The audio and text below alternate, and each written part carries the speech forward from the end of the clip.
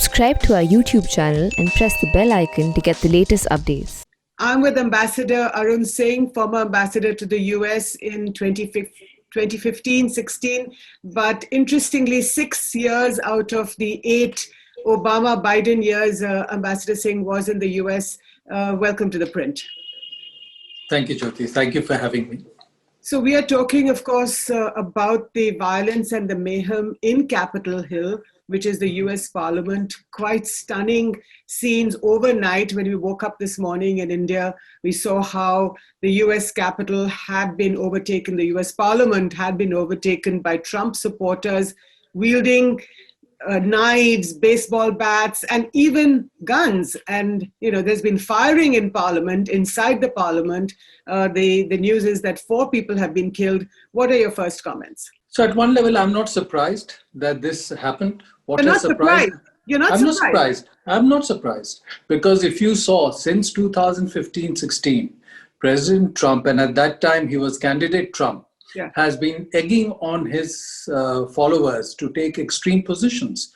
Way back in 2016, at the Republican National Convention, the rallying cry was lock her up, lock up Hillary Clinton.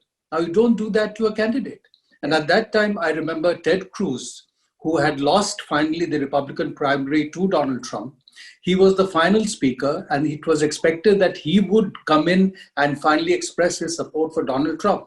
He did not do that. And the audience almost got violent with Ted Cruz, and he had to be escorted out of the auditorium.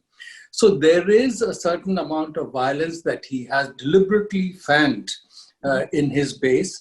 And even after he became president, he has not really spoken out against the right-wing groups, even against the leaders of the Ku Klux Klan.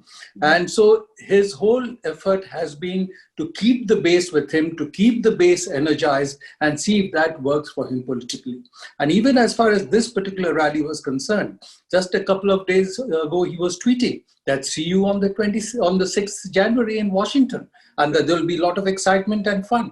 So what surprised me more was that the system was not prepared to deal with this kind of crowd. And I think that reflects 2 things. One, that there is deep division, in the US society. Second, the police force is divided. You know, you have the Capitol Police, which looks after only the parliament. Just give me a second, Ambassador. I just want to give my viewers a little bit of background.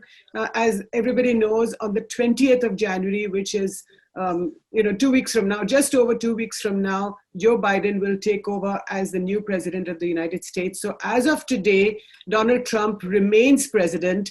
And what was happening in Capitol Hill, which is the US Parliament, the confirmation of the electoral votes. We've seen how in November, there's very complicated election for the US president took place, and 270 electoral votes were needed for a candidate to win the presidential, to win the presidency, which Joe Biden got. He got 306 votes. Donald Trump got 232 votes.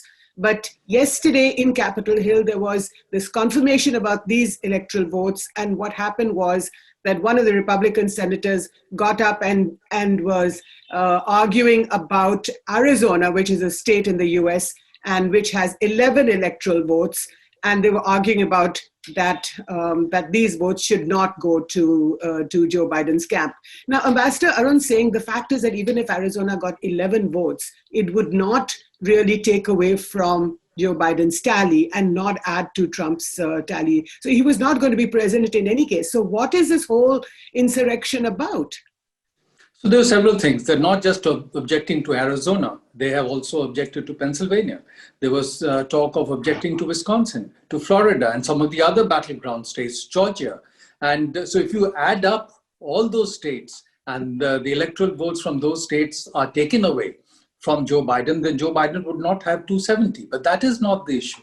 The issue is that President Trump, given his personality, cannot accept that he has been defeated. He has always projected himself as being very successful, the best. The rally at his inauguration was the largest ever. The economy has performed the best ever under him. Now, all these are falsehoods, but that's what he has projected. Now, since he cannot accept defeat, he has tried to project that Joe Biden has won the election on the basis of electoral fraud. and that he has challenged that those Republicans who do not support him, he will put up primary candidates against them during the next election cycle.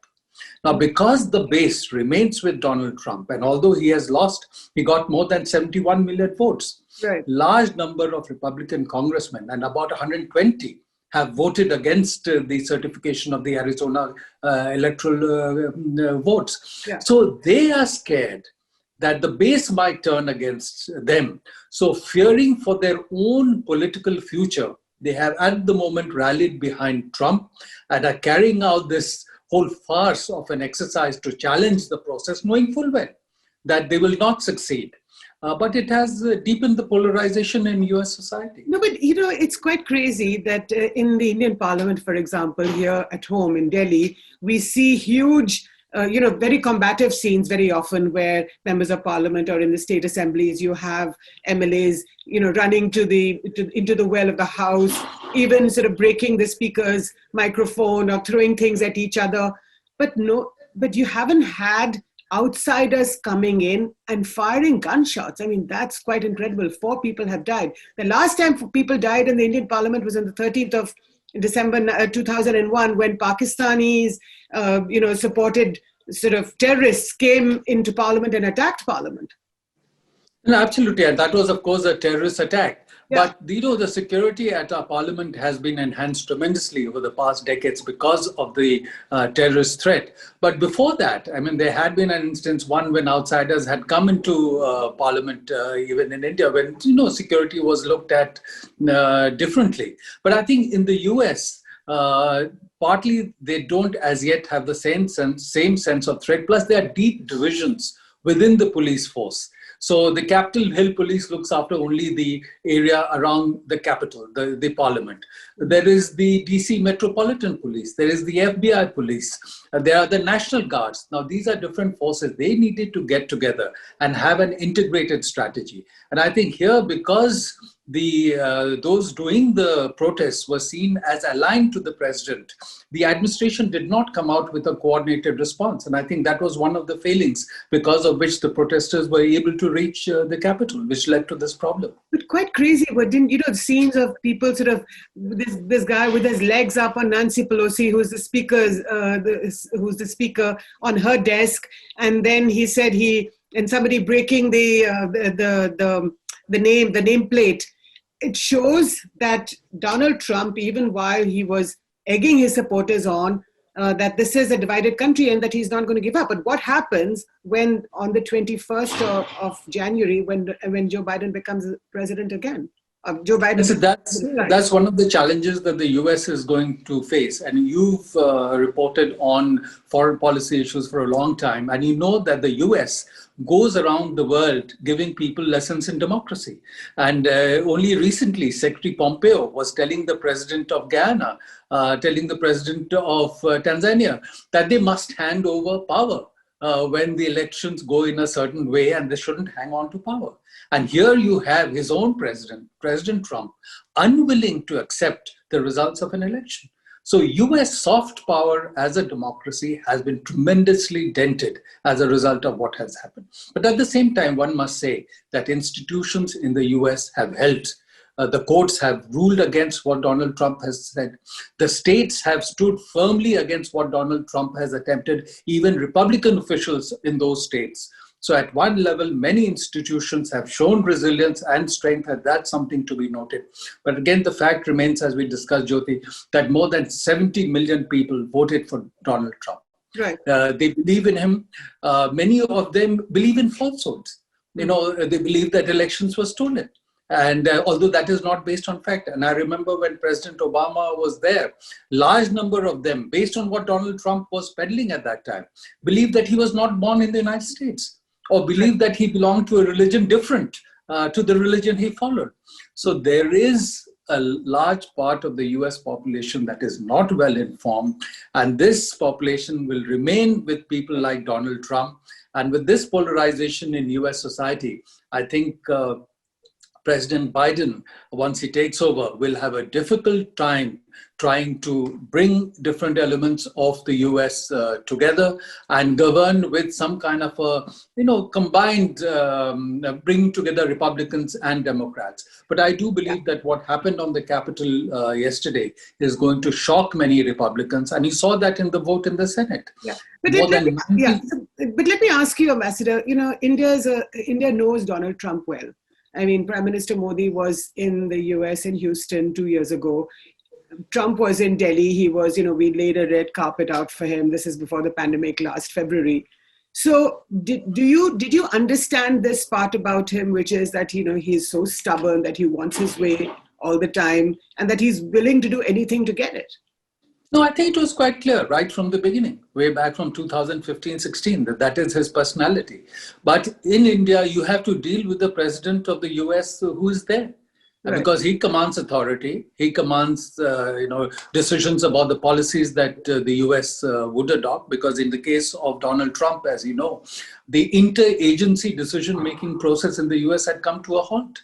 Many of the decisions were based on Donald Trump's personal What did he do? wills. Did Trump push these decisions? He pushed many of the decisions. And, the very fact that he went to Houston to be with our Prime Minister at a rally of Indian Americans meant for the Indian Prime Minister. That was very unusual. Yeah. And it would send a signal in the US system that the US President was standing with the Indian Prime Minister and was standing with India.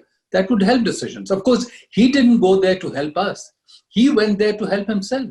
He felt that being there, he would get more funds from Indian Americans for his elections. He would get more votes, which he did.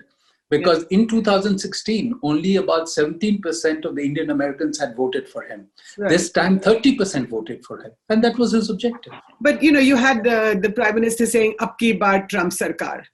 That didn't go down that well, did it? Well, my own sense is that was misinterpreted a bit because the Prime Minister had recalled what Donald Trump had said in 2016.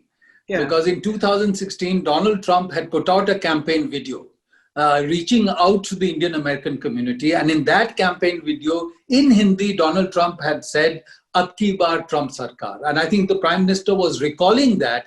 And of course, I have a sense that many people misinterpreted that to say as if the Prime Minister was endorsing him at this time, which I did not quite see it as being that.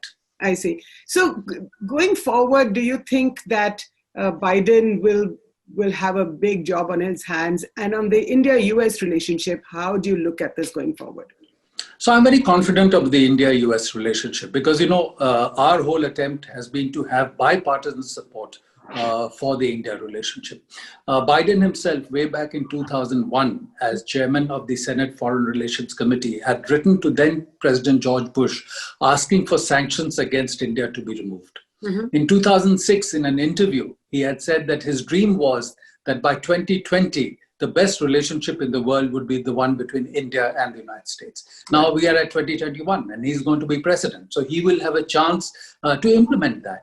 And at several stages, again, when he was both ranking member and then as chairman of the Senate Foreign Relations Committee, he had facilitated the adoption of the civil nuclear deal in US Congress.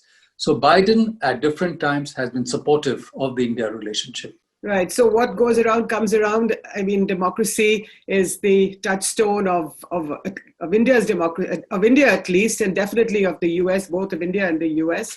And but we've seen these scenes of mayhem on Capitol Hill. Never imagined, never thought that this great country called America could actually allow something like this to happen. So in a sense, here in India, we're all wondering what the hell happened. But Ambassador Arun Singh, thank you so much for explaining this, for talking about Joe Biden and how the wounds of democracy must heal in a sense.